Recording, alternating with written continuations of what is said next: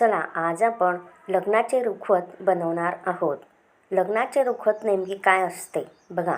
आज मी जुन्या लग्नपत्रिकेवरती छान असं ड्रॉइंग करून रुखवतावर सजावटीसाठी हे मी ठेवणार आहे. पण आपण लग्नाचे रुखवत म्हणजे काय असते ते बघणार आहोत. लग्नाचे रुखवत म्हणजे नवरीच्या लग्नानंतर सासरी जाताना माहेरहून दिल्या जाणाऱ्या वस्तू. हे एक प्रकारे तिचे बस्तान म्हणजे सासरी मांडण्यासाठी दिलेली भेटवस्तू असते.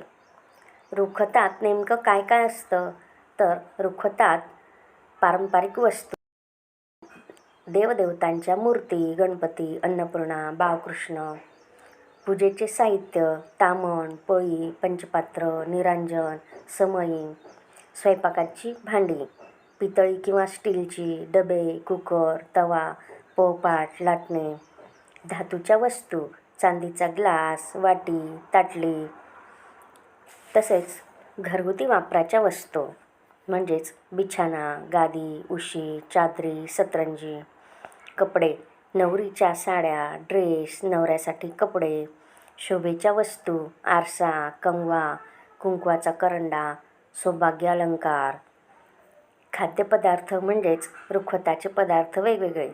हे हाताने बनवलेले टिकाऊ पदार्थ असतात.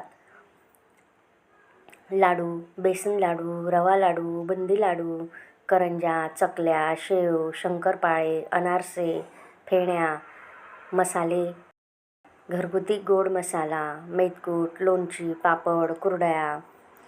आणि आधुनिक रुखवतामध्ये आता mixer, oven, dinner set, bedsheet, towel set हे पण देतात.